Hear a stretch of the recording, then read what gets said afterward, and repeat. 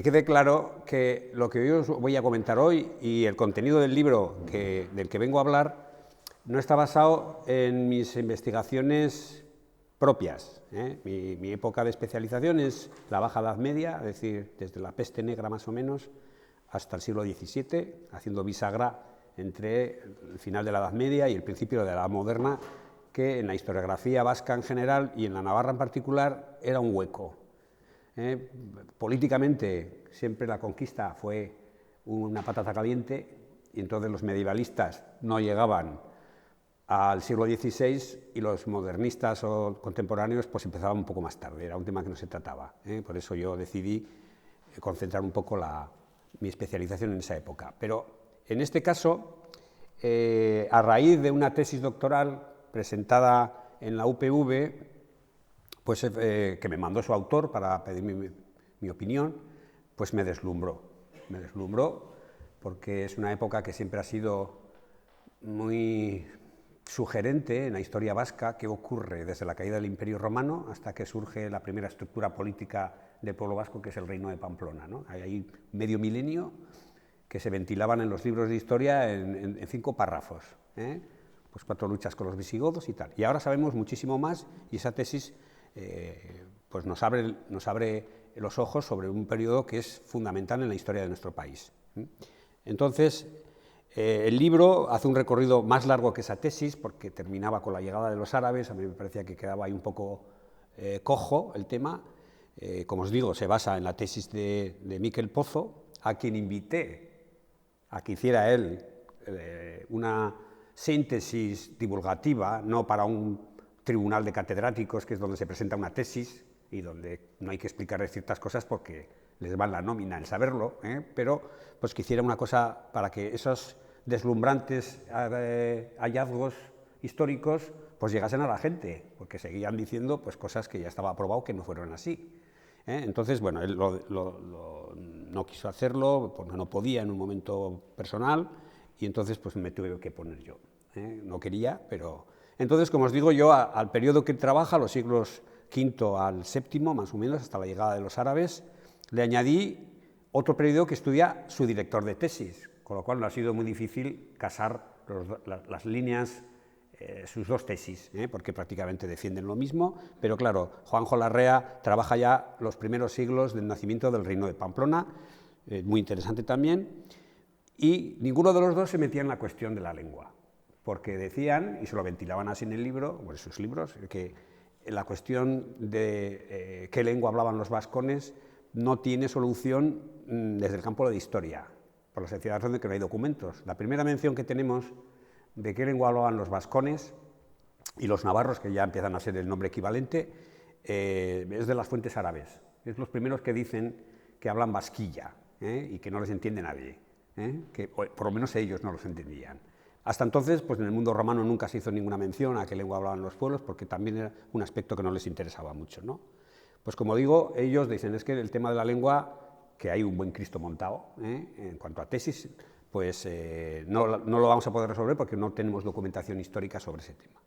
Bueno, pues sobre ese tema empezamos a incluir lo que dicen desde el campo de la lingüística, y ahí hay dos tesis totalmente contrapuestas respecto a la cuestión lingüística, tanto, pues ya lo veremos, la de Abaitua como la de Lacarra, y añadiendo un poco más, por completar la época y hacerlo un poco más moderno, porque parece que los historiadores, los lingüistas, los genetistas, todos trabajan en su isla y no cruzan información, y a veces están hablando de las mismas cosas.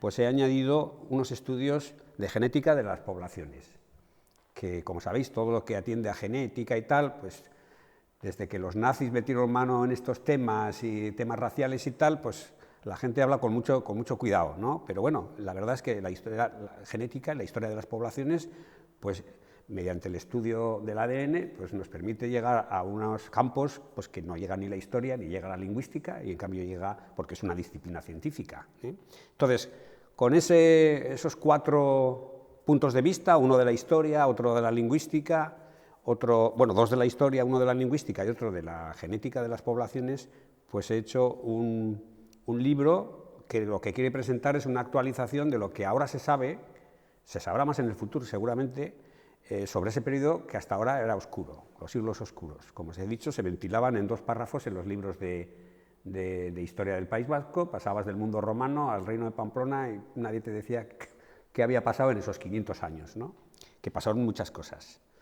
Bien, la tesis de Miquel, pues lo que ha hecho es hacer saltar la tesis que hasta ahora estábamos manejando. Todos bebíamos un poco de lo que había dicho Julio Caro Baroja allá en el año 46 en los pueblos del norte, ¿no? de la península ibérica, y que basaba, él le llama la tesis indigenista, ¿no? Se basaba en una serie de afirmaciones, ¿no? Sobre todo que tras la caída del Imperio Romano, pues prácticamente se vuelve al punto de partida de la romanización. Había habido una débil romanización del país, que venía un poco sustentada esa idea porque no aparecían restos arqueológicos en su tiempo, luego han aparecido muchas más cosas. También la misma pervivencia del euskera le encajaba en esa tesis, de que, bueno, pues precisamente porque no había habido romanización, hay que distinguir romanización de latinización, luego ya lo veremos. Pues bueno, la pervivencia del euskera era una prueba más de esa debilidad en la romanización, y la misma el paganismo de los vascones, que habían seguido siendo paganos hasta muy tarde, ¿no? Pues, prácticamente hablaban de una cristianización pues, alrededor del siglo VIII, el siglo IX, y a manchas, por zonas. Bueno, pues todo eso, a finales de los años 80, que ya nos pilla a todos ya mayores, algunos, pues saltó por los aires. Y no saltó del campo de la historia, donde no ha habido grandes novedades documentales. Ese periodo de 500 años se reconstruía hasta ahora con 24 menciones, 24 frases, en una serie de fuentes que han sido copiadas a lo largo de los siglos, pero no teníamos más noticias de los vascones que 24 referencias documentales para 500 años.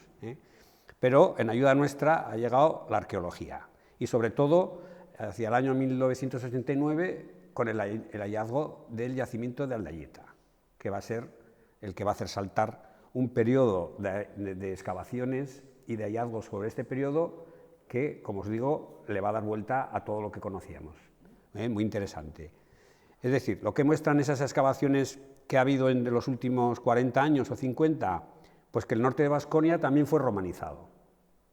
Han aparecido calzadas en lo que es el norte de Navarra, minería, también en Aralar, en los puertos del Cantábrico. Es decir, hubo una romanización, efectivamente, sin una latinización completa, pues porque permitió la supervivencia de la lengua y todo lo que eso supone. Pero sí que es verdad que el País Vasco estuvo inmerso en el mundo romano, eso no hay ninguna duda. Y también han aparecido pues, unas iglesias cristianas muy tempranas, que rompen con la idea del paganismo, es decir, en Finaga, en Basauri, pues se encuentra una iglesia que puede ser la más antigua cristiana, la más antigua del norte de la península, del siglo IV, del siglo V. También en Pamplona, debajo de la catedral, haciendo obras, pues, apareció también otro templo, también con esa cronología, etc. Y luego, al hilo de esto, una reinterpretación de esas fuentes escritas, que eran como telegramas, como piezas que había que interpretar, pues permiten volver sobre esos textos y volverlos a reinterpretar con lo que sabemos del otro contexto arqueológico. Y, por supuesto, ha cambiado su significación, porque, como os digo, son unas referencias como muy parcas, ¿no? Entonces, Miquel Pozo, también Larrea, hace una propuesta global, porque integra varios campos, sistemática y coherente, nueva, de lo que ocurrió en este país entre la caída del Imperio Romano y el surgimiento del Reino de Pamplona. Y mezcla, o se basa, mejor dicho, en esa reinterpretación de los textos que ya conocíamos. No ha habido incorporaciones nuevas. Los pergaminos que conocemos y las obras literarias son las que eran hace un siglo, pero ha incorporado los hallazgos arqueológicos, a los que hay que hacer también hablar, porque la arqueología pues, exige la reinterpretación de lo que encuentras, aunque tiene unas precisiones muy interesantes. Y luego hace una cosa que en este país hacemos poco, que es la historia comparada. Él viajó a otras zonas de Europa para ver qué ocurría con pueblos que ocupaban una situación, vamos a decir, geoestratégica parecido al nuestro, es decir, en la periferia del mundo franco, pues los alamanes y los anglos en las Islas Británicas. cómo viven estos pueblos que también, como el vasco, está pegado a lo que es el poder estrella de este periodo, que es el mundo franco. Y con todo ello, como digo, hace una tesis que es un poco la que yo voy a intentar resumir en la primera parte. Voy a ir, el libro es un poco denso, tú lo has leído, entonces yo voy a ir un poco rápido porque si no, no vamos a terminar y yo me tengo que volver a Tarrabia en hora decente, vamos a decir. Entonces, bueno, no es por las ventas, pero el que tenga interés o lo que sea, el libro yo creo que no es muy pelma, aunque se puede leer, y entonces ahí podéis profundizar en aspectos que os llamen la atención. Bueno, el primer capítulo es cómo se hunde la Baskonia romana. Hemos hablado de que Baskonia fue romanizada y, bueno, en qué momento lo que es la organización del mundo romano colapsa, ¿no? Eso ocurre, bueno, ya veis ahí un mapa, tiene buen tamaño, más o menos os podéis hacer una idea de cómo en el siglo IV, pues prácticamente la organización territorial del mundo romano se articula en torno a ciudades, dos, por eso hablo de plural, porque son dos, mansiones, que son unas estancias intermedias, y villas, que es un fenómeno muy propio de la segunda parte o la parte final del Imperio Romano, de irse al campo con explotaciones agrarias que a la vez son residencias muy lujosas. En Navarra hay unas cuantas, ¿no? Bien, pues toda esta organización en el siglo V, pues va a cambiar totalmente, con dos hechos. Lo primero es que al principio del siglo V se producen las invasiones bárbaras de pueblos germánicos que cruzan el Rin y se desparaman por lo que hasta entonces ha sido la parte occidental del imperio. En varias oleadas, atraviesan los Pirineos, etcétera, y posteriormente, medio siglo más tarde, se van a producir unas luchas de las que tenemos noticias documentales muy oscuras, pero que tienen y siempre se han interpretado como unas luchas de tipo social, etcétera. Esto que ocurre en la primera mitad del siglo V va a desestructurar lo que quedaba del Imperio Romano. ¿Por qué? Porque Baskonia, de ser una zona relativamente tranquila dentro del imperio, la frontera y las luchas con los bárbaros quedaban como muy lejos, pues se va a convertir en un territorio de frontera, con bárbaros, entre comillas, que es el nombre de época, y con problemas sociales en su propio territorio. ¿Qué ocurre? Que durante la última época del Imperio Romano, el poder imperial había echado mano de tropas indígenas, vamos a llamar, nativas, indígenas, no vamos a entrar ahora en palabras. Es decir, como una especie de fuerzas auxiliares del país para defender el territorio, ¿no? En este contexto donde lo militar va a pasar a primera línea de importancia, sobre lo civil, sobre lo cultural, no, es una situación de guerra casi permanente, entonces lo militar se convierte en fundamental.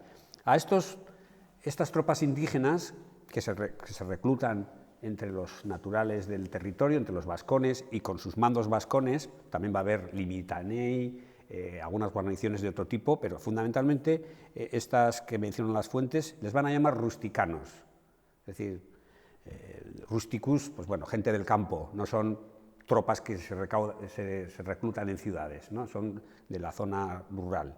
Y cuando van a dar guerra, nunca mejor dicho, en plan social, pues ya les llaman vagaudas, es decir, como tropas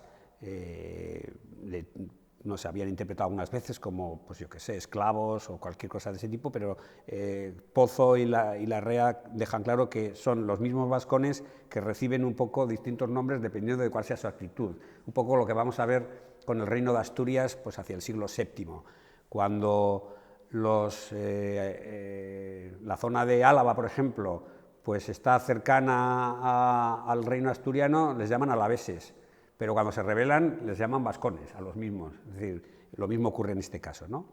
Bueno, en este colapso del mundo romano, que se articula en torno a la calzada, como veis ahí, que entra de Astorga y va a comunicar con Burdeos, ese va a ser la espina dorsal del mundo romano y a principios del siglo V, con una serie de ciudades, Velella y Pompelo, con una serie de mansiones y de villas dispersas, pero fundamentalmente estas tropas van a proteger esa especie de autopista que es el eje del país.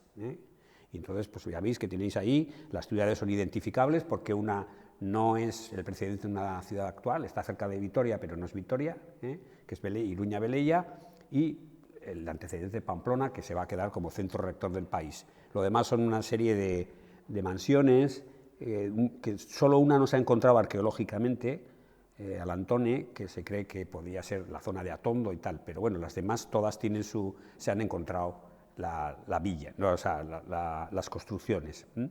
Entonces, en este contexto, ¿qué ocurre? Que cuando el imperio colapsa, esas tropas indígenas que estaban al servicio del imperio se van a hacer dueñas del país. Es como si dijéramos, nos hemos quedado ya, el emperador Valentiniano ha caído en Italia, todos son reinos bárbaros por toda Europa, pues bueno, pues los líderes militares se van a hacer, como digo, se van a convertir en el grupo dirigente del país por encima de la aristocracia romana terrateniente, de esas que vivían en las villas. Ya veis que las villas normalmente en Navarra se descubren en zonas donde ya no hay población, es decir, no dieron un origen a una población. Eso va a ser una de las cosas que también va a llamar la atención. La red de poblamiento del País Vasco no se va a basar en la romana. Van a salir pueblos donde los romanos no tenían pueblos y donde ellos tenían, pues ha quedado ahí y se encuentran ahora pues, esas villas aisladas, cerca, porque los pueblos en Navarra están cerca de pueblos, pero no dieron origen a una localidad medieval, vamos a decir. Y ese cambio, y es un argumento de cierto peso en los autores, se va a reflejar en el nombre de los dirigentes del país. Es decir, va a haber, desde luego, una carencia de fuentes de varios siglos, pero cuando surge la aristocracia del reino de Pamplona no llevan nombres latinos, como sí ocurre en todos los territorios peninsulares. Los nombres de los nuevos dirigentes del reino de Pamplona son de origen vascón, no son de origen ni romano ni germánico, que eran las élites, las romanas precedentes, las germánicas las que le sucedieron. En Asturias ya veis que tienen nombres germánicos o latinos, pues en el País Vasco no. Los grandes señores navarros, después navarros toda la los nombres de las personas van a ser Eneco, Velasco, es decir, enlazando con esa Vasconia prerromana, por decir de alguna forma, o por lo menos no latina. Pero eso ya en el siglo VIII. Bueno, hay un primer periodo, después de lo que son las luchas vagaudas, que son de mitades del siglo V, en el que esa Vasconia va a quedar constreñida entre dos mundos. En el mapa lo veis, bueno, pues todo lo que es el imperio de Occidente se va a fragmentar en áreas de poder de pueblos germánicos, ostrogodos, francos, visigodos, suevos. El imperio va a quedar arrinconado en su parte oriental y ahí pues sale una mancha, en este caso la hemos puesto blanca, de lo que va a ser Vasconia, que va a estar en manos de esos líderes militares que descienden, por supuesto las generaciones van pasando, que descienden de los rusticanos, de las tropas indígenas que estuvieron al servicio del imperio, ¿no? Es verdad que tenemos ahí un silencio donde no tenemos ni fuentes. Entre el 454 y el 569, eso es casi siglo y medio, no hay nadie menciona a los vascones. Es un vacío que, bueno, ha venido a llenar la arqueología, prácticamente. Pero se supone que en ese periodo va a haber un afianzamiento de esos señores de la guerra. Ellos no les llaman en su obra señores de la guerra, es una expresión que he utilizado yo porque me parecía como muy pedante la que utilizan ellos en la tesis pues para el tribunal, ¿no? Pero bueno, la idea para que nos entendamos nosotros son señores de la guerra, que tienen un control y unos séquitos comarcales y que se alían y se unen pues para determinadas expediciones de guerra, ¿no? Entonces, bueno, pues en ese periodo sí que se consuma, por supuesto, toda la desaparición de la organización romana, cosa que no ocurre en otros territorios de la península. Si uno va al Pirineo central o baja un poco ya a la zona de La Rioja, ve que la organización romana pervive hasta la Edad Media, organizada pues, en un caso sobre grandes ciudades como Calagurris o Tarazona, o en el Pirineo. En el País Vasco desaparece la organización romana del todo, no se articula en torno a las ciudades que habían existido, excepto Pamplona, como digo, pero todas las demás no tienen ya ninguna funcionalidad. Y tampoco hay asentamientos visigodos. Luego veremos un poco algunas cosas que se reinterpretaron en el siglo XIX, como que eran cementerios visigodos, ¿vale? Bueno, pues todo eso también se ha caído. y sí que hay una serie de noticias de que atraviesan, porque claro, cuando suelen decir que el País Vasco es una zona aislada, pues no, estamos en el paso cebra de toda Europa, así de claro, o sea, por aquí pasa Tokiski, así de, entonces de aislamiento que explique la pervivencia, no, estamos en una de las puertas que abren el Pirineo. Entonces, bueno, pues en estos periodos, aun siendo oscuros, tenemos noticias de expediciones francas y de visigodos que van a pasar por este país, en el 472 y en el 541, y que por supuesto debieron contar con con el beneplácito de los poderes militares aquí, bien por colaboración o por lo que sea. Y es verdad que este periodo es el periodo en el que los francos se convierten en el atractivo político para toda Europa. De hecho, después, estos que se habían cargado el imperio se van a propugnar como los continuadores del imperio. O sea, se van, en ese sentido es un poco gracioso, ¿no? Y entonces, ¿de dónde le viene esa fortaleza al reino franco? Bueno, pues sabéis que en la batalla de Boyé los francos van a derrotar, además de una forma muy contundente, porque muere en la batalla el propio rey visigodo, a los visigodos, y los van a expulsar prácticamente del territorio de las Galias, de donde estaban asentados, salvo un pequeño espacio que veis ahí, en la zona de lo que ahora es Narbona, la Narborense, Septimania, le llaman de varias formas, pero prácticamente los van a expulsar a la península, se van a instalar en Toledo, siempre a la defensiva respecto al poder franco, y por lo tanto los francos se van a convertir en el eje de lo que es el occidente europeo. Llegan a los Pirineos y, como os digo aquí, pues los visigodos prácticamente se van a refugiar en la península en una situación en este momento de debilidad, porque también tienen un reino suevo en lo que es la parte norte de Portugal y en Galicia, ¿no? En este periodo sí que sabemos que Pamplona ya ha desaparecido, Iruña Velella, que como veis pues ya es un yacimiento arqueológico hasta hoy día, y Pamplona se va a convertir en el centro director del país, de todo el país. Es la única ciudad que mencionan las fuentes. No hablan nunca más de ningún núcleo de población, salvo Pamplona. Y, bueno, va a aparecer en ese momento, hacia el 569, pues ya vuelven a aparecer los vascones mencionados, pero en fuentes que son más que históricas, un poco literarias. Va a aparecer como un comodín en las creaciones literarias de los ideólogos de estos reinos germánicos que van a empezar a intentar legitimar su poder pues con una serie de ideas un poco míticas. Y en ese periodo, la arqueología, y esto era un vacío hasta hace 5 años o 10, pues nos va a llenar un poco loco. ¿Qué ocurre en ese periodo, en ese casi siglo y medio, donde, bueno, más de un siglo, donde nadie habla de Baskonia, ¿no? ¿Qué ocurre? Además, en un momento tan fundamental. Bueno, pues hemos tenido, como os digo, una revolución arqueológica. La historia, la verdad, no ha hecho mucho en este periodo porque no habiendo renovación de fuentes, pues bueno, puedes marear mucho los textos, además hay que exprimirlos mucho, además están en latín y además vienen siempre desde fuera. O sea, no tenemos ningún texto interno, todos son los enemigos de los vascones hablando de los vascones. Entonces, bueno, pues bien, la historia ahí tiene unas limitaciones, pero la arqueología, pues por una casualidad, sí, así suelen surgir estas cosas. En el año 87, yo no me acuerdo, igual vosotros acordáis, pues fue de sequía, el pantano de Ulibarri y Gamboa bajó mucho de nivel en las aguas y en una de las playas pues aparecieron un estudiante de arqueología, hoy día arqueólogo y creo que es profesor, pues encontró una serie de armamento, de hierro y de huesos y tal, entonces se hizo una excavación aprovechando esa bajada de las aguas y bueno, pues salió Aldaieta. Luego explicaremos un poco más detalle, en el libro se explica más, en la tesis se le dedica capítulos enteros, hay mucha documentación sobre ese tema, que en realidad es un cementerio. En principio se interpretó, al encontrar gente que está enterrada con armamento franco, pues que eran francos.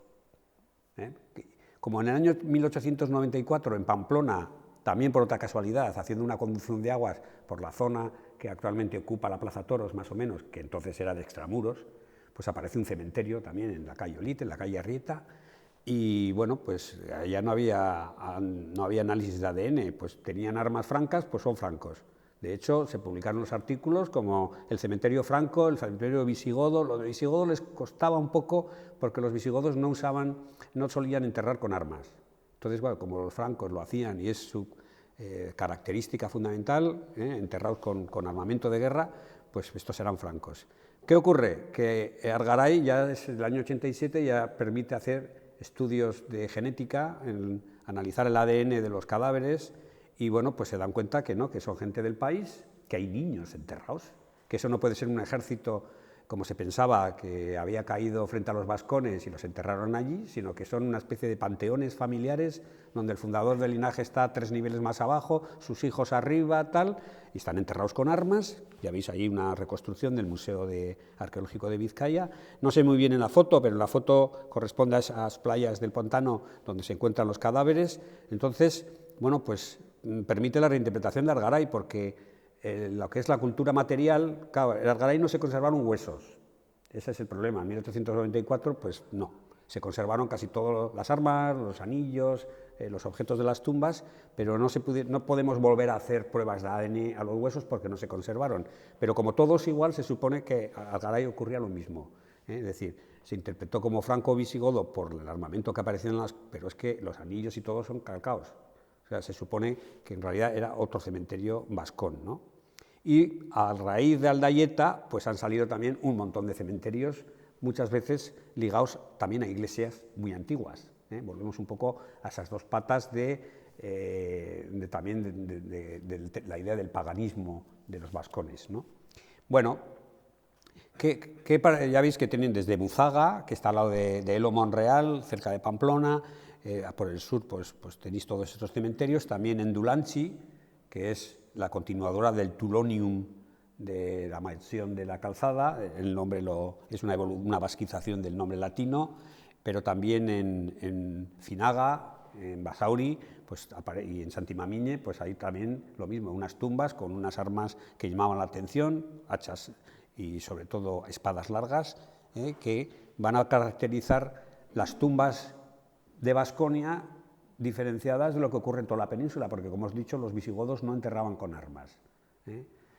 Se han encontrado unas cosas, yo estuve hablando con un catedrático de Santander sobre unos hallazgos del año 23, o sea, de ayer prácticamente, en alguna cueva cercana a Santoña y tal, habían aparecido algunas tumbas de visigodos que parece que tenían armas y tal, pero bueno, en principio no invalida la idea de que incluso por el número, pues los visigodos no enterraban con armas, y los francos sí lo hacían. Entonces llamaba la atención cómo las élites políticas, porque el ADN demostraban que eran gente autóctona, pues tenían esa cultura material copiada o imitada del mundo franco, no del mundo visigodo, que es el que era más próximo. Entonces, las particularidades de esas tumbas vasconas, de todos estos cementerios que veis aquí, en Pamplona, en Buzaga, en Sarasúa, en Gomezain, pues todos estos son que entierran con objetos, normalmente armas, muy característico del mundo franco centroeuropeo. Es más, hay una tumba con caballo, que no hay ninguna tumba de ese tipo más al sur del río Loira, es más típico del norte de Francia. Bueno, pues aparece una tumba con un soldado pues con un caballo de guerra seguramente. Pero normalmente lo que aparecen son lanzas, hachas y espadas. Las hachas franciscas, por eso llevan el nombre, son francas, son muy típicas de este periodo y solo de aquí. No se utilizan en el resto de la península. En Navarra prevalecen las lanzas, pero en la zona occidental más las hachas. Y luego las espadas, pues también espadas largas, ya que son de nobles, son espadas que se utilizan a caballo y frente a las cortas, ¿no? Y es vamos a decir, una élite militar vascona que exhibe su estatus en la tumba, que también es otra característica que los diferencia de todo lo que ocurre en la península. Es decir, la riqueza, es que eso es toda una mentalidad, porque enterrar todo eso con el fallecido es sacar del mercado algo muy valioso, es que lo inmovilizas, pero bueno, pues el sentido que se le da es que exhiben el estatus en su tumba y como las tenemos muy bien distribuidas desde la cuenca de Pamplona hasta prácticamente la ría del Nervión, pues nos permite ver un poco también y esto lo exporta Miquel de lo que ocurre en el sur de Inglaterra y la zona actual en el curso alto del Rin, pues varía el número son los objetos los mismos, pero en distinta proporción, como os digo. Entonces, bueno, se ve claramente que la influencia del mundo franco llegó, por un lado, por la costa, pegado a la costa, que también tiene su lógica. En este momento la navegación siempre es de cabotaje, no saben viajar al mar abierto, tienen que estar siempre a la vista de la costa. Entonces, bueno, pues es muy fácil que por la zona de Gascuña pues llegaran por la costa hacia Vizcaya. Ahí van llegando una serie de influencias, muchas de ellas de la zona de Bélgica y tal, la decoración de las estelas y tal remiten al mundo, al norte del mundo franco, y otra más siguiendo esa calzada que veíamos, que más con una influencia más aquitana. La portada del libro, por ejemplo, pues es un broche militar, parece ser, que es de estética aquitana y se encuentra y procede de Buzaga, de al lado de Pamplona. Y al lado junto con esos cementerios, como aparecen también templos cristianos, pues bueno, se empieza a acreditar arqueológicamente que la cristianización del País Vasco fue también seguramente simbiótica, en el sentido de rito cristiano, pero mezclado y muy mezclado con creencias ancestrales, pero que fue muy temprana, porque tenemos una iglesias tipo catedral en Pamplona, que como digo es donde reside el obispo, el único obispo que hay en esta zona, pero luego la de la Alegría de Ulanchi es basílica exterior, donde también las élites se entierran cerca de lo sagrado, y es también tipo grande, y la de Finaga es más rústica, es decir, se extienden un poco como círculos concéntricos con un centro político muy claro en Pamplona. Bien, y se ve claramente que el poder político militar y el eclesiástico, vamos a decir, están muy imbricados. Lo vamos a ver en el comportamiento de los obispos de Pamplona en los famosos concilios de Toledo. La sede de Pamplona es la que más falta. Hasta ahora se había interpretado en este contexto tradicional de la tesis indigenista es que cuando el país estaba en control de los rebeldes vascones, pues los obispos no podían ir a los concilios, entonces miraban, y cuando podían ir es porque los visigodos habían conseguido otra vez el control de Pamplona con una guarnición de cual el cementerio que os decía era una prueba. Ahora, al caerse el cementerio, pues ya sabemos que en Pamplona no hubo nunca una guarnición visigoda. Y por lo tanto, estos autores interpretan la presencia del obispo en los concilios de una forma un poco simple, es decir, los obispos van a los concilios del mundo visigodo cuando a la élite militar y política del país le interesa. Cuando no, no van. Entonces se ve claramente como hay una imbricación del poder político y del eclesiástico. Seguramente el eclesiástico tiene también un papel político claro. Pamplona fue una ciudad episcopal hasta que le dio al rey por construir un palacio, que es donde tenemos el archivo ahora, pero eso fue en el siglo XII. Hasta entonces mandaba el obispo. En la ciudad romana, que es la Navarrería, él es el descendiente, ¿no? Y en ese estudio de los ajuares que aparecen en las tumbas, comparándolo dentro del país, pero también con otros pueblos que hacen lo mismo, en esa periferia del mundo franco, también los anglos y también los alamanes imitan a los francos con más riqueza. Las tumbas, en los dos casos, el que más se parece puede ser el de los anglos, que están asentados en toda la zona al sur de Londres, al otro lado del Canal de la Mancha, pero bueno, pues tienen más riqueza, pero a nivel interno lo que va a mostrar es que el poder en este momento en Baskonia hay muy poca jerarquización social, es decir, es muy horizontal. Son mucho líder que controla pues, su valle, sus dos valles y sus valles, es decir, tienen que ser alianzas de líderes de más o menos del mismo nivel. No hay una élite que destaque piramidal en la cúspide, que eso sí lo vamos a ver pues, en el siglo VIII, que es cuando van a hacer el reino de Pamplona, cuando toda esa zona, esas manchas de leopardo se van a convertir en una pirámide, vamos a decir, feudal, de señores que están al servicio de un señor, que a su vez está al servicio de un señor, y eso termina en la cúspide de lo que es el monarca, ¿no? Por decirlo de una forma. Y por lo mismo se ve claramente cómo pues, todo está supeditado al poder de Pamplona. Por primera vez vemos todo el país, vamos a decir, porque muy pronto los territorios más occidentales van a empezar a girar en torno a Asturias, pero en este momento es la primera vez, por supuesto salvando el sur de la ribera, vamos a decir, que todo el país está dentro de una misma órbita política. Bueno, como os decía, los poblados en esta época, como están construidos casi todos, por lo menos en lo que es la Baskonia húmeda, con mucho material perecedero, no es fácil estudiar qué tipo de poblaciones, de concentraciones humanas había. Pues han hecho estudios en Álava y tal. En Navarra empezaron muy fuerte, analizando el poblamiento alto medieval, pero perdieron fuelle, no sé por qué. No creo que haya ninguna razón política, pero es verdad que se muestra mucho interés a veces pues, con estudiar el mundo romano, pero después los periodos que vamos a decir, o zonas que son de poblamiento vascón o cementerios de este tipo, joder, parece que cuesta excavar, cuesta excavar. Bien, entonces para el año 800 surge una nueva red de poblamiento que es la que desciende la nuestra.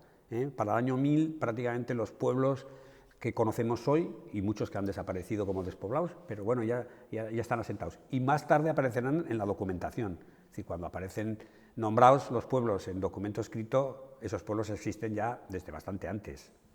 Entonces, bueno, lo que sí vemos es una nueva red de poblamiento que no tiene una base romana.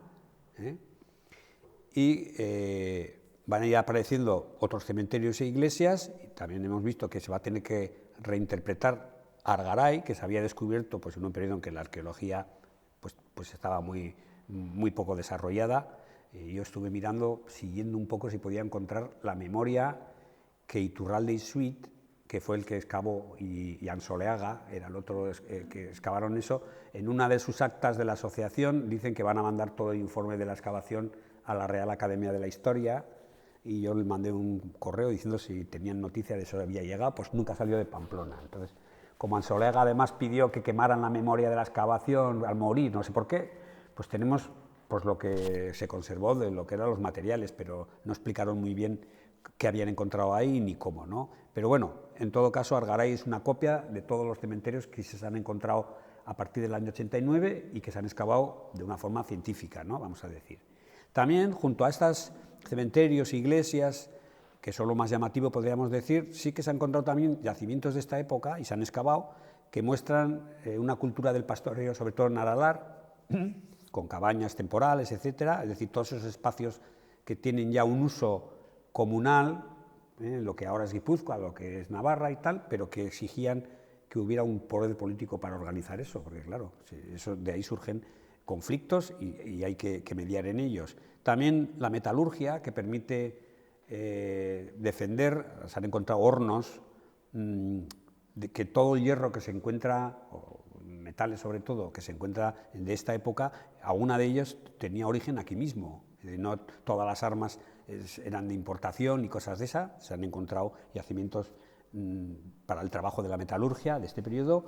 Y luego, sobre todo, llama la atención el papel de la guerra, el papel económico. Es decir, la guerra en un país pobre como es el nuestro, en términos agrícolas para la sociedad de la época, donde no crecía el vino, donde no crecía el olivo y donde no crecía el trigo, pues bueno, no podían sostener grandes cantidades de población. Luego aparece la metalurgia, el comercio, es distinto, pero bueno, pues las zonas más pobladas de Navarra son las que permitían la agricultura intensiva, ¿no? Pues las cuencas, toda esa zona tenía mucha población.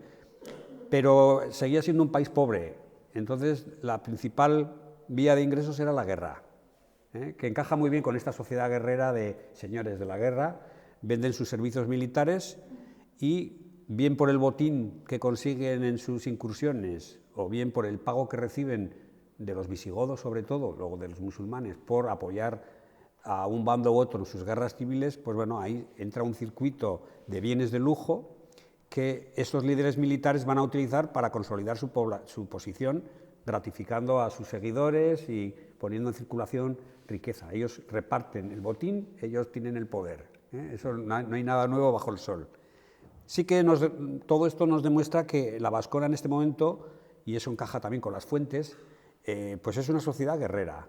Y seguramente, tampoco nos podemos ir muy lejos en las deducciones, pues tiene todos esos valores que rodean a cualquier sociedad guerrera. Es decir, la fuerza, la juventud, todo ese tipo de cosas, ¿no? El valor, pues bueno, se supone que todo eso era parte esencial de esa estructura social y, bueno, contrastaba pues con esa jerarquización un poco aún un poco plana, un poco sin gran diferenciación, que vemos pues en esas tumbas todas muy parecidas y todas no hay alguien que destaque en sus tumbas por ser un líder especialmente poderoso, entonces eso se interpreta como una cierta falta de jerarquización todavía.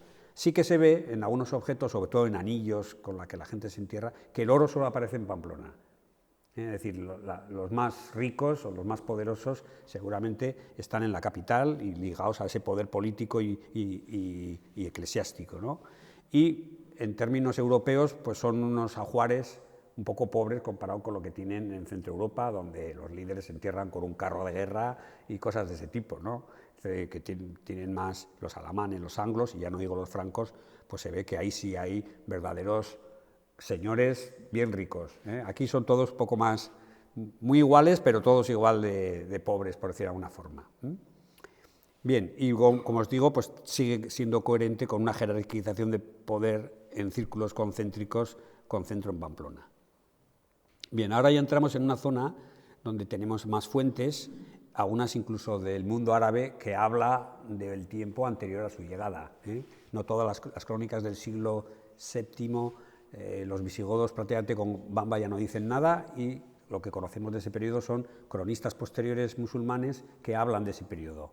Bien, en el siglo VI, al final, se va a producir un fenómeno que también va a afectar mucho a los vascones, y es que esos visigodos que se habían quedado en una posición de debilidad tras la derrota de Boyer, en la que muere su rey y se ven obligados a evacuar, vamos a decir, la Galia y asentarse en la península, en torno a Toledo, pues va a vivir una época de esplendor, ¿no? Con Leovigildo, sobre todo, con el rey Leovigildo, va a tener un poder político y militar que se va a manifestar en que va a acabar con el mundo suevo, en esa zona de Galicia y del norte de Portugal, y va a conseguir expulsar a los neorromanos, vamos a decir, que desde su imperio de Oriente habían intentado recuperar el imperio, pues conquistando el norte de África, parte de Italia y la costa levantina.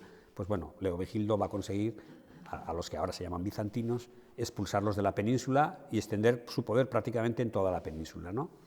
Y entonces los vascones, pues los vamos a ver, sobre todo en las fuentes visigodas de este periodo, pues en las guerras, en sublevaciones. Ellos apoyan siempre, o los contratan, a uno de los bandos, y entonces los vamos a ver luchando siempre, no los visigodos contra ellos, sino unos partidos visigodos contra ellos, y otros, los que ellos apoyan, no. Entonces los vemos ya en la sublevación de Menegildo, del hijo de Leovigildo contra su padre, en la guerra contra los burgundios, ya en la Galia, y estos autores, respecto a esa presencia militar que hasta ahora se conocía por las fuentes y que siempre se habían interpretado como que eran expediciones de castigo visigodas y tal, y no participación en sus guerras civiles, pues cuestionan claramente si Victoriaco y Oligitum, que son las famosas dos ciudades que se mencionan en las fuentes como que se fundan en Vasconia para controlar esa especie de limes vascónico, pues ellos ponen en duda, claro, la identificación solo se basa en cuestiones fonéticas, no hay ni constatación arqueológica de nada. ¿Por qué Vitoria es Victoriaco? ¿Porque se parecen los nombres? No hay otro argumento. Entonces ellos analizan diciendo que posiblemente se estén refiriendo a otras ciudades, no están en el mundo vascón. Oligitum aún lo dejan a otro nivel, pero tampoco se ha encontrado nada en Olite como para ser esa especie de forapache que se ponía en la frontera contra los vascones, ¿no? De Victoriaco ellos se inclinan más a que pudiese ser Mérida en Extremadura. Bueno, luego volvemos al tema de los obispos de Pamplona en los concilios. También se ha reinterpretado su presencia y su no presencia. En realidad están en unos, pero faltan en la mayoría de ellos. Cuando va a haber, por ejemplo, va a haber medidas de castigo para los visigodos que han participado en el bando perdedor de la guerra civil visigoda, y si los vascones les han apoyado, cuando va a haber castigos, los obispos de Pamplona no están. Cuando va a haber amnistías y cosas de ese, va y resulta que están allí, ¿no? Entonces, bueno, pues ellos lo interpretan como que, bueno, los obispos de Pamplona van cuando a las élites militares les interesa, cuando no. Y luego aparece una creación que ellos creen que es meramente literaria, que es un estereotipo en las fuentes literarias francas y visigodas, los dos los utilizan, de los feroces vascones. De hecho, se inventan su origen y cosas de ese tipo. bueno, ellos están creando un corpus ideológico para justificar la monarquía franca, que luego ya Carlomagno lo tendremos muy pronto, ¿no? Y la visigoda también, y los vascones en esas invenciones, vamos a decir, juegan un papel literario, son el cocón que llega a esos reinos cuando las cosas no se hacen bien, cuando hay reyes tiranos o que no son tal, estos que son normalmente Isidoro de Sevilla para los visigodos y Gregorio de Tours para los francos, pues cuando las cosas no se hacen bien, cuando los reyes son tiranos o incompetentes, aparecen esos vascones que siempre llevan la manta, ¿no? Entonces están entrando y saliendo de las fuentes visigodas y francas, pero como los indios en una película del oeste. Nadie explica por qué están ahí, ni por qué cuando no están ahí. No hay ninguna continuidad. De pronto aparecen, una expedición, patatín, patatán, pero bueno, siempre con ese estereotipo de que son bárbaros. Tienen sus dificultades para situarlos bien, son montañeses, aunque no todos eran montañeses, porque había zonas llanas bajo control vascón, son nómadas, lo típico, todos los estereotipos, y lo más importante para su función dentro de las crónicas son que son vencibles. Los reyes buenos, visigodos y francos, consiguen vencerlos. Los malos, los que no son buenos reyes, son los que tienen problemas con ellos.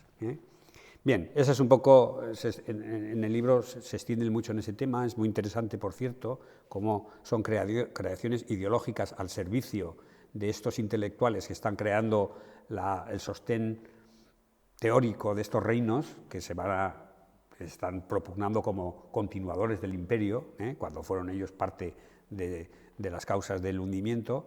Y vamos a ver que este rol de los vascones, interfiriendo en las guerras civiles y en las guerras de los grandes poderes peninsulares, lo vamos a ver pues, cuando el mundo visigodo se hunde. Cuando llegan los musulmanes, sabéis que el rey que es derrotado por Tarik en Andalucía, en ese momento las crónicas musulmanas dicen que estaba luchando en Pamplona, en la zona de Pamplona. Seguramente pues una nueva guerra visigoda de castigo frente a los vascones, tuvo que cruzar toda la península y enfrentarse a ellos en el sur de Andalucía, y también explica cómo Pamplona pudo conseguir, cuando el poder musulmán, hablo de musulmanes y no árabes, porque árabes no eran más que una parte, la mayoría eran norteafricanos bereberes que habían adoptado la religión islámica, por eso hablo de musulmanes. Cuando llegan hacia el 714 al norte de la península, a Pamplona, pues posiblemente el mundo vascón pudo conseguir un buen tratado con los musulmanes, porque al fin y al cabo se encontraban apoyando al partido visigodo, en cuya ayuda llamaron a los musulmanes, que eran los descendientes de Vitiza, ¿no? Es decir, para ellos habría sido el pacto que ofrecían los musulmanes en este momento, que es: pues, conserváis vuestra religión, conserváis vuestro poder político y pagáis un tributo. Pues lo habrían adoptado. No lo hacían con los que derrotaban de plano, simplemente lo hacían con, pues bueno, con algún tipo de ciudades, ¿no? Pues seguramente a esa élite vascona, a esos señores de la guerra, no les costó mucho encontrar un acomodo, como lo habían hecho con los visigodos, pues ahora con los musulmanes. Aquí mandamos nosotros y bueno, pues ya, pues si tenemos que pagar tributo, pues pagamos, y teóricamente es un poco donde va a surgir el reino de Pamplona, ¿no? Entonces entramos ya con la conquista musulmana. Entramos en un periodo ya más conocido, el siglo VIII, en el que esos vascones van a empezar a cambiar de nombre. Se les va a empezar a conocer ya en las fuentes, sobre todo en las francas, y ya dejan de hablar de vascones y empiezan a hablar de navarros. Para los vascones del territorio occidental, porque como sabéis la zona vizcaína y alavesa va a entrar dentro también de la órbita del reino de Asturias, más que en ese sitio va a haber como una cierta fractura de lo que hasta entonces había sido el mismo ámbito político. Bueno, el siglo VIII pues es un siglo en el que los vascones están entre musulmanes y francos, unos por arriba, otros por abajo. También en este campo y en este momento, pues yo creo que ya en el 2005, cuando se va a hacer el parking subterráneo de la Plaza del Castillo y sale un cementerio musulmán, pues se caen todos los plomos, empezando por la línea historiográfica de la Universidad del Opus. Martín Duque y compañía, que habían dibujado pues, una copia sobre los orígenes del reino de Pamplona, habían hecho una copia del de Asturias. El reino de Pamplona surge por una lucha religiosa contra el infiel. pues eso, contra los musulmanes. Pero, joder, de pronto empiezan a excavar y sale un cementerio en Pamplona, todos con el rito musulmán, por supuesto, son algunos en los estudios de ADN tienen haplotipos que son de norteafricanos, o sea, queda muy claro, la guarnición que estaba en Pamplona, pero un cementerio que se utiliza por siglo y pico. Y donde a uno de los cadáveres, se analizaron yo creo que 86 el ADN, porque todos no se conservaban bien, algunos de los cadáveres son musulmanes vascones, es decir, con los tipos de ADN, bueno, pues indígenas que adoptaron la religión musulmana. Y a la vez ese cementerio convive con otros 2 cementerios que son cristianos. Con lo cual eso de una lucha religiosa y tal, pues no, aparecía más la imagen de una convivencia religiosa en el siglo VIII. Es decir, que la religión no jugó ese papel que había jugado en Asturias y que siempre fue muy idealizado pues, por la historia oficial española de Covadonga y la resistencia frente a los musulmanes, ¿no? Parece ser que el siglo VIII y parte del IX, en realidad en Pamplona hubo una convivencia religiosa bajo el dominio político de los señores de la guerra vascones. Bien, la tesis que más había defendido Martín Duque, como en su momento hemos visto con Julio Caro Baroja respecto a la tesis indigenista, pues salta por los aires. Los hallazgos arqueológicos muestran un cementerio musulmán que convive con cementerios cristianos, pero es que hay personas enterradas con el rito cristiano en el cementerio del Condestable, que es una excavación un poco más tardía, y como se había visto también los anillos de Algaray, que es el otro cementerio cristiano, que llevan como símbolo de estatus anillos, alguno de oro, con inscripciones coránicas. Están enterrados con el rito cristiano, son cristianos, pero tienen anillos que pone Alá me basta o Alá es grande o cosas de ese tipo. Es decir, se ha sustituido un poco entre las élites vasconas el prestigio que daba los enterramientos francos de los periodos anteriores, enterrar con armas. Ahora ya no están los francos, está el mundo de Córdoba, y en Córdoba, bueno, pues hay otros símbolos de estatus, y en este caso son pues este tipo de joyas, y una de las mujeres, la tumba 49 creo que es, pues tiene 10 anillos, algunos de ellos con inscripciones coránicas. Lo mismo ocurre en otros cementerios más al sur. Es decir, cosas del mundo musulmán que las élites vasconas utilizan como símbolos de estatus, aunque siguen siendo cristianas.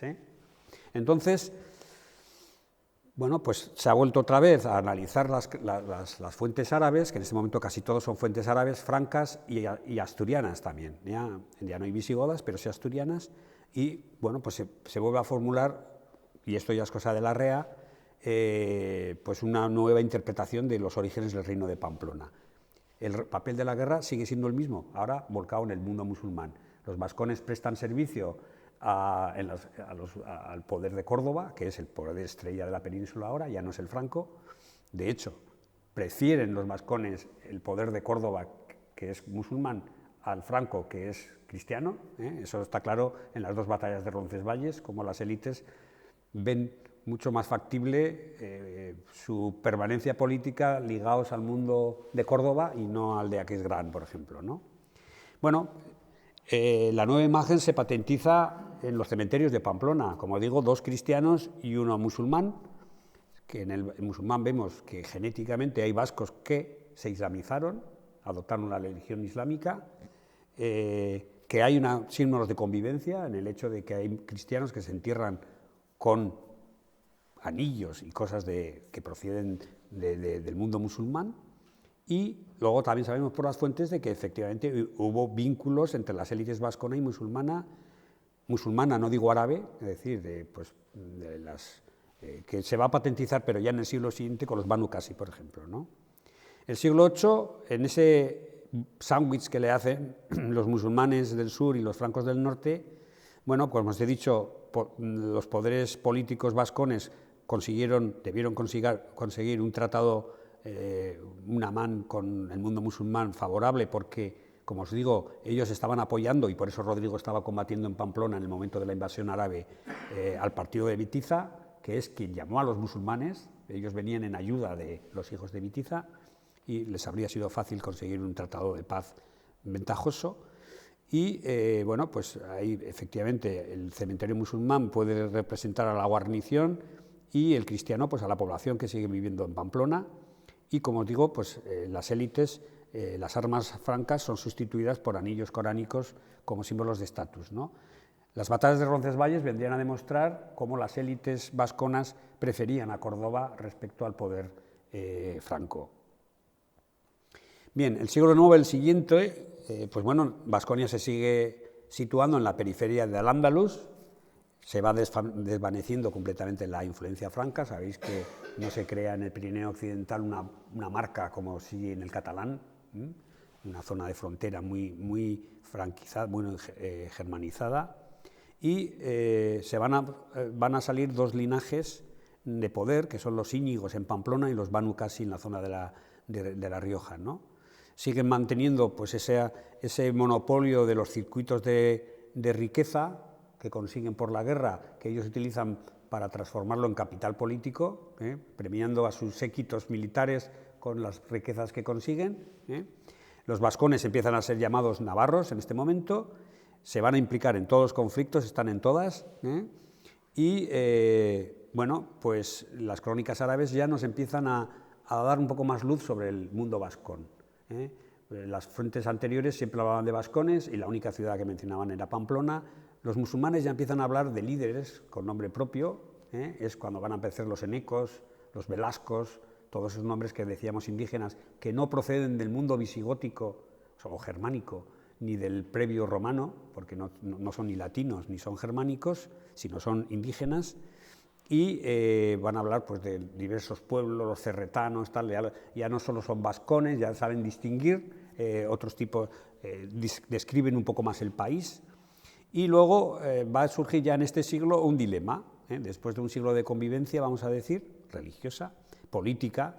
Los Íñigos de Pamplona, a los que los musulmanes nunca llaman reyes, les llaman emires de los vascones, siempre un estatus diferente que Malik. Malik ellos lo reservan para los reyes de Asturias. Los de Pamplona en el siglo VIII no son reyes, los Íñigo. ¿Por qué? Porque estos están jugando un poco a las dos caras. De cara al poder de Córdoba funcionan como políticos indígenas, pero emires de Córdoba, es decir, periferia del mundo musulmán, y de cara a sus, vamos a decir, su gente, pues son líderes cristianos, están ahí, hay una especie de protectorado musulmán, una autonomía que, bueno, gestionan las élites que hemos visto arrancan en el hundimiento del mundo romano, ¿no? Pero va a haber un problema, en el siglo IX va a surgir un cristianismo de combate alimentado por el mundo mozárabe. Los mozárabes son los cristianos que viven en el mundo musulmán y que tienen unas crónicas de que están oprimidos por los infieles y cosas de ese tipo, y también por el mundo franco está alimentado pues, para provocar un poco, si dijéramos, un enfrentamiento antiislámico. De hecho, en Leire se conserva el único libro que es un manifiesto antimahometano radical, lo pone al profeta, vamos, bueno, pues que alimenta un poco esos monasterios situados al pie de los Pirineos. Se está creando un cristianismo que propugna el enfrentamiento contra el infiel musulmán, ¿no? Entonces, los íñigos ahí se encuentran un poco incómodos porque ellos están viviendo dando una cara de colaboración al mundo musulmán, aunque los dueños reales del país son las élites vasconas. Pero bueno, vamos a decir, plegados un poco a Córdoba, y claro, de pronto les salen todos estos que están propugnando el enfrentamiento radical. Una de las pruebas que ellos dicen es que normalmente todas las dotaciones que tienen Leire y los monasterios, vamos a decir, partidarios del enfrentamiento, esquivan Pamplona, no están en la zona que dominan los Íñigo. Luego van a empezar porque claro, se va a producir ahí un enfrentamiento entre el poder político de Pamplona y el espiritual de los monasterios que están en la falda del Pirineo. Bueno, a partir de ahí va a haber un entendimiento porque los dos se necesitaban. Uno le daba legitimidad al poder político y el poder político daba protección a los monasterios para que pudiesen seguir siendo cristianos, y bueno, pues al final lo que va a surgir es las bases de la monarquía navarra, ¿no? Primero pamplonesa, luego navarra, que va a ser esa construcción piramidal que pone a los Íñigo en la cúspide del poder, va a transformar en poder político incluso el reparto de los espacios vacíos de cara a la repoblación de los pueblos, etcétera. Va a pasar de manchas de leopardo a una jerarquización, y el ejercicio de la justicia de mediación entre las comunidades que entran en conflicto por el disfrute, por ejemplo, de términos comunes, va a dar a la monarquía un prestigio y un capital político que va a hacer que salga hacia el 905 pues una monarquía que va a ser fuerte, una aristocracia a la que no le han dejado crear grandes dominios como para que le hagan sombra a la monarquía, y un campesinado libre y muy dinámico que va a empezar a repoblar la zona de los valles, va a ir remontando los valles pirenaicos. Siempre hemos creído que la repoblación era de norte a sur, pero no, por ejemplo, pues zonas como Chagavía, Roncal, en realidad son poblamientos que van subiendo de la cuenca de Aguas-Dumbier, se va poblando cada vez más hacia la montaña, ¿no?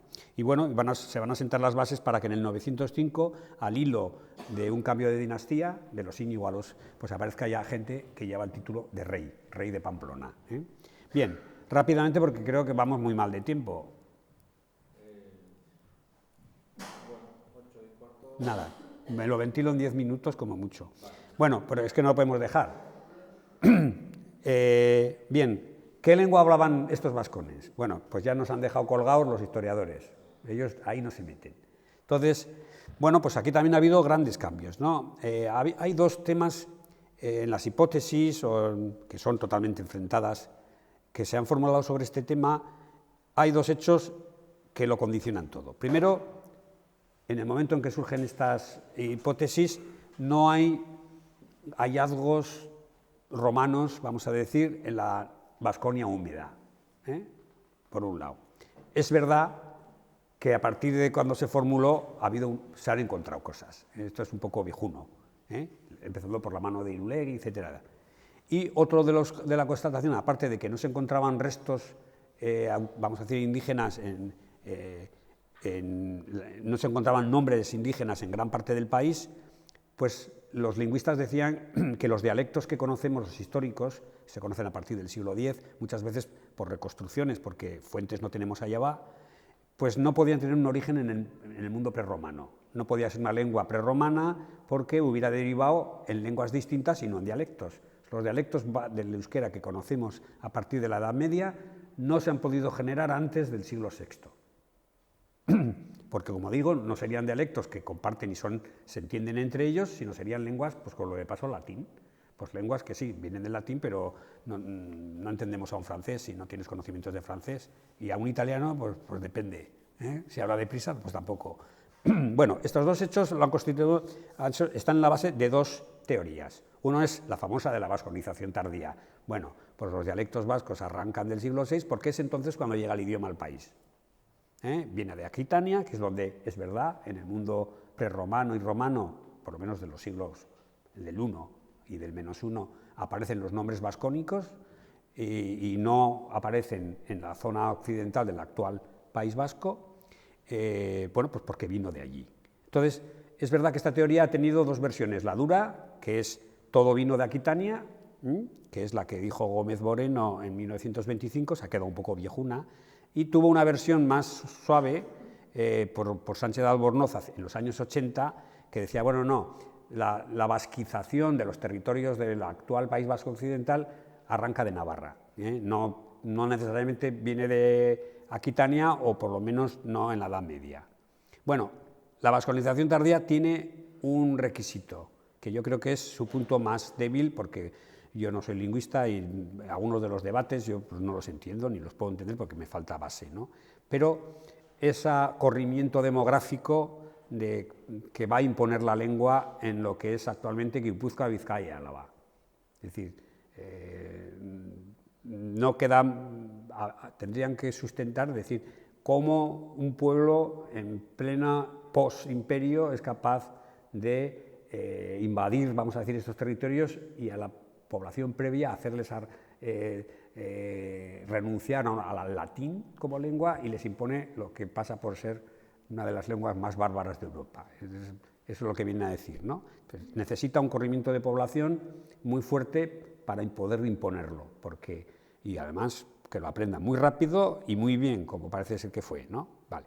Bien, luego el último capítulo lo dedico precisamente si ese requisito demográfico, ese movimiento de población, se dio o no se dio. Y frente a la vasconización tardía, Michelena plantea el vasco común antiguo, que lo que viene a decir es el euskera se habla en la época romana, prerromana. A partir de entonces, porque es una tendencia innata en las lenguas tienden a diferenciarse, no a unirse vamos a decir, por un ímpetu natural. Las lenguas se diferencian, no se unifican. ¿Qué ocurre? Que a partir del siglo V esa lengua sufre un nuevo proceso de unificación, del que en los siglos siguientes vuelve a diversificarse los dialectos del euskera que conocemos. Es decir, habría una unificación previa in situ. Claro, esta tesis, como la otra, necesita un requisito extralingüístico. Como os he dicho, las lenguas no tienden a unificarse, tienden a diversificarse. Entonces, hace falta un poder político que imponga la unificación de la lengua.